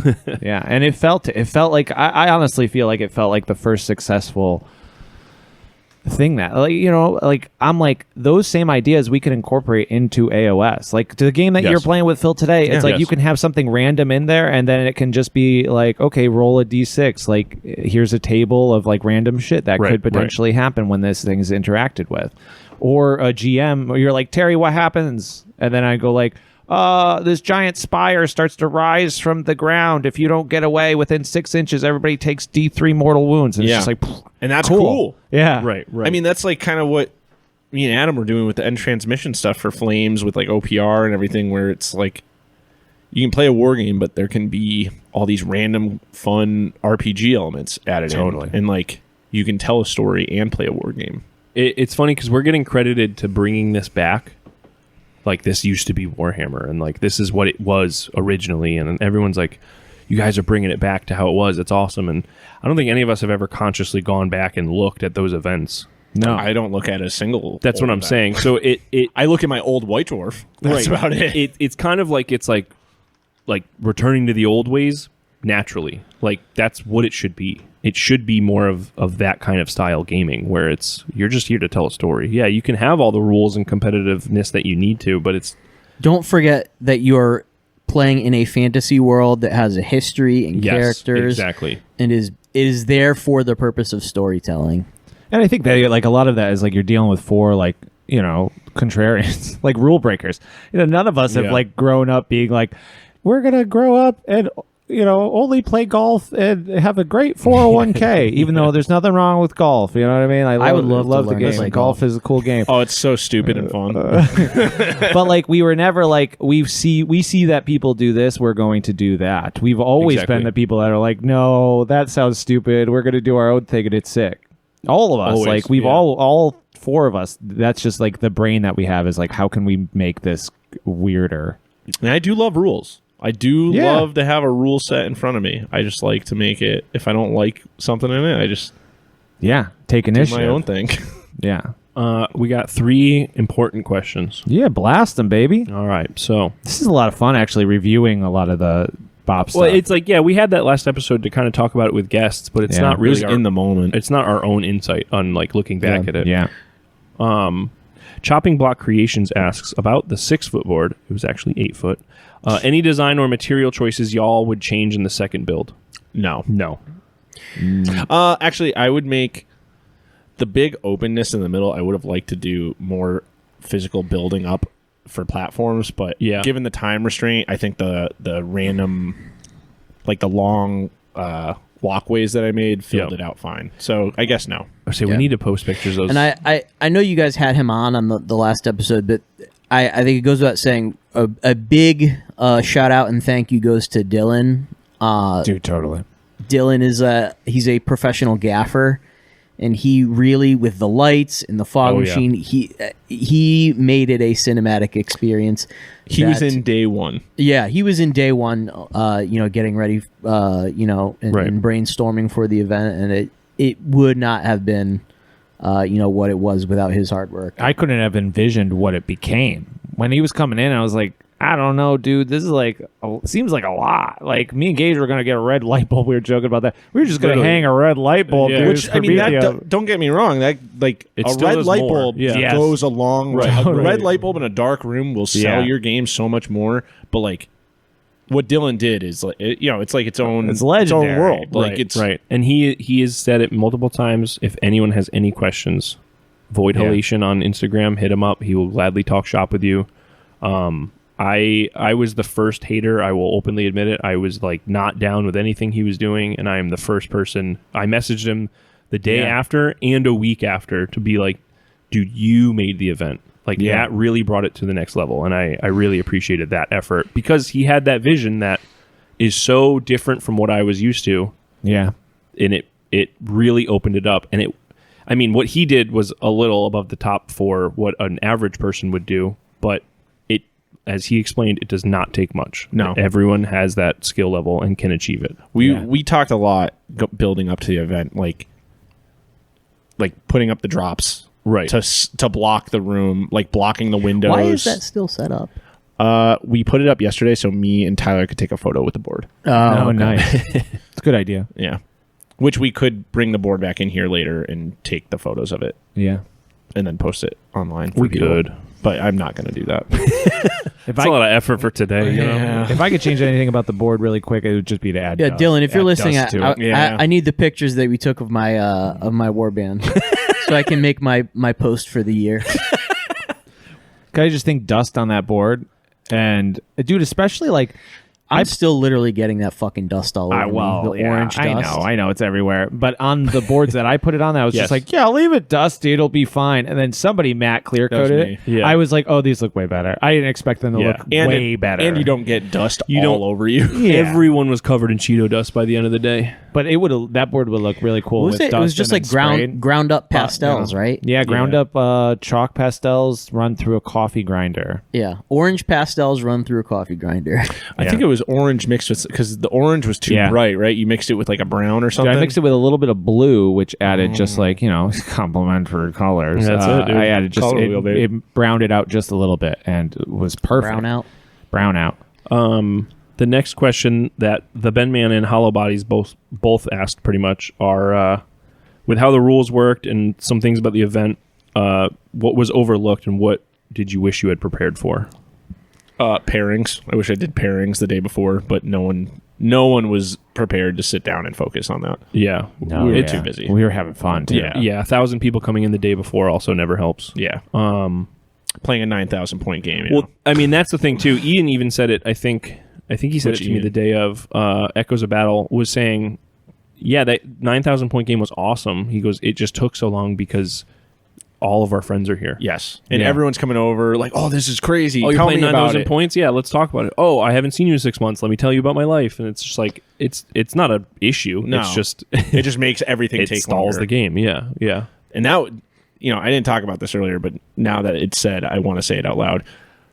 The 750 point games that we played yesterday, 45 minutes. Can't beat that. No. We played, like, people were playing like 3 games each. Yeah.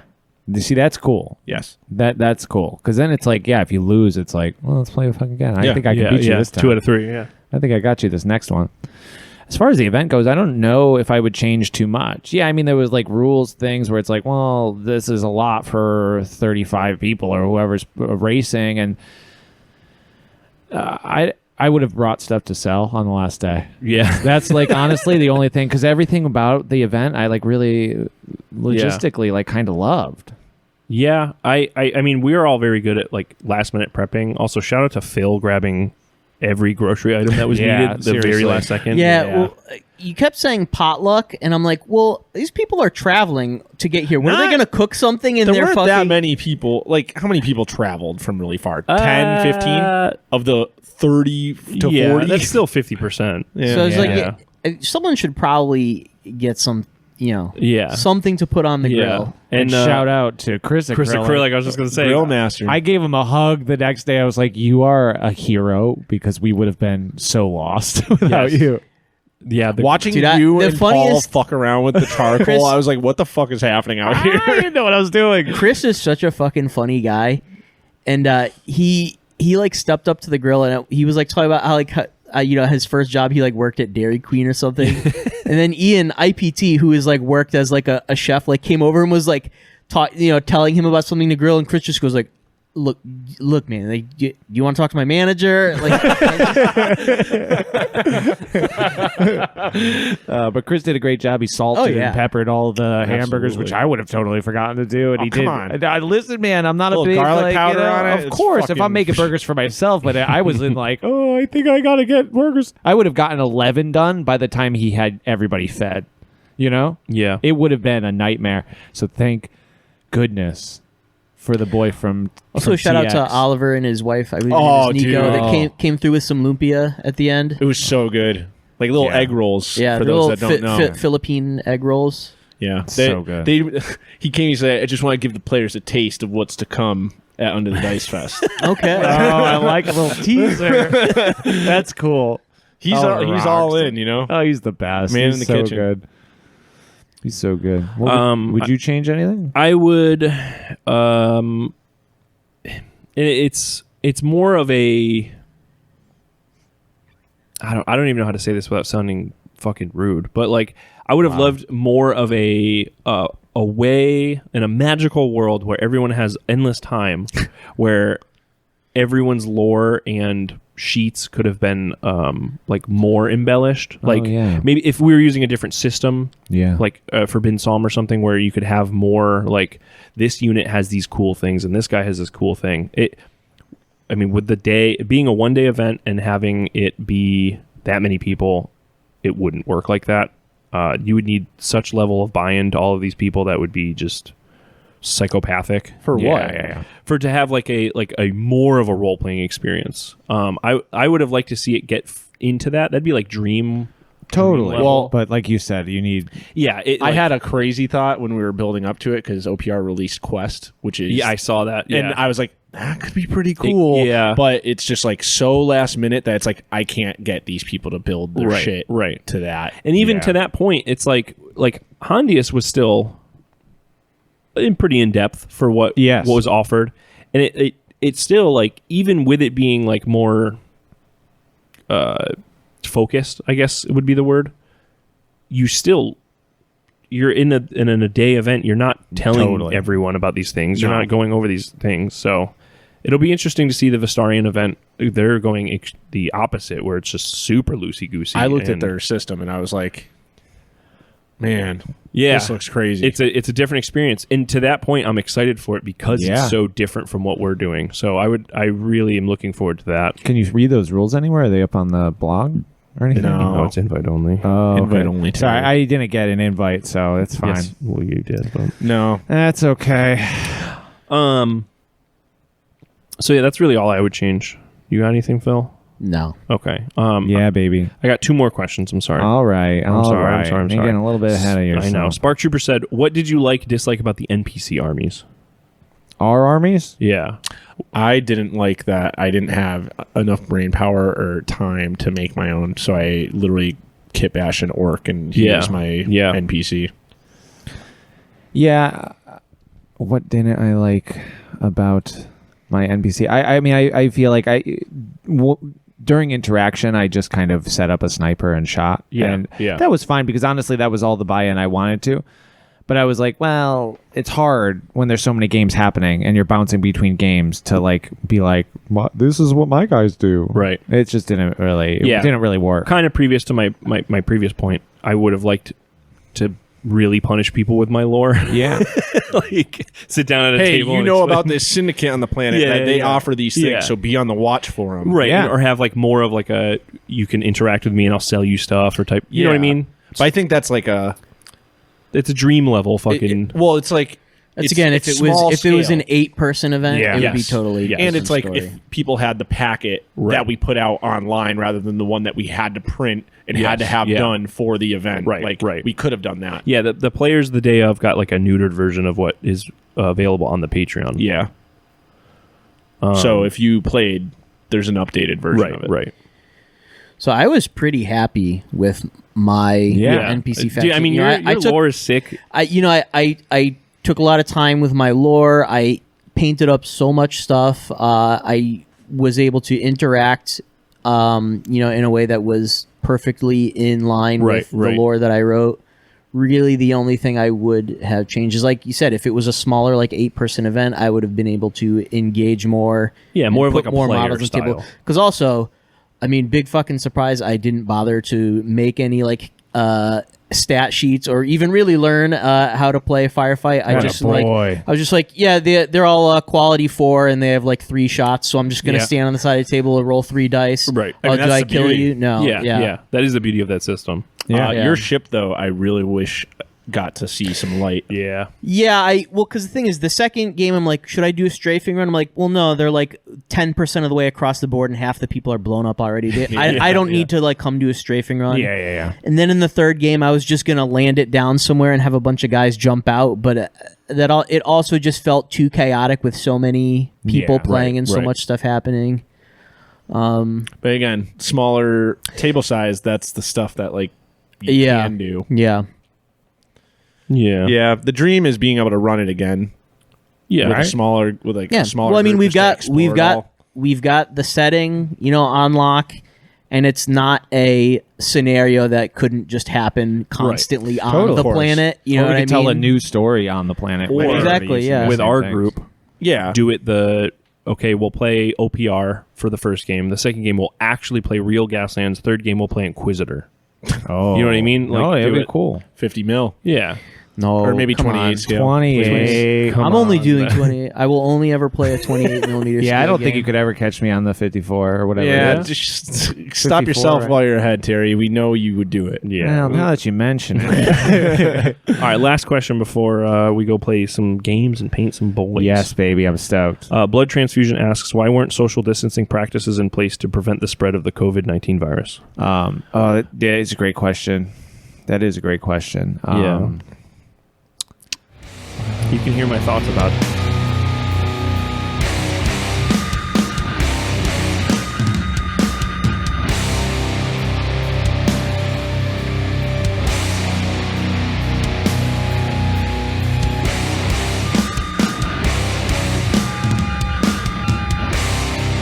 Thanks for checking out this episode of Hive Scum. If you aren't already part of the community, check us out at the In Rust We Trust Discord, which you can find down in the description below. If you have questions you'd like to ask us, you can find our Instagrams down below as well. Or feel free to ask away on the Discord. We also have plenty of extra content and other perks available to our patrons on Patreon. So if you're interested in helping us keep doing what we're doing, then you can find that description below as well. Until next time, folks, keep it grimdark and keep it grimy. Peace.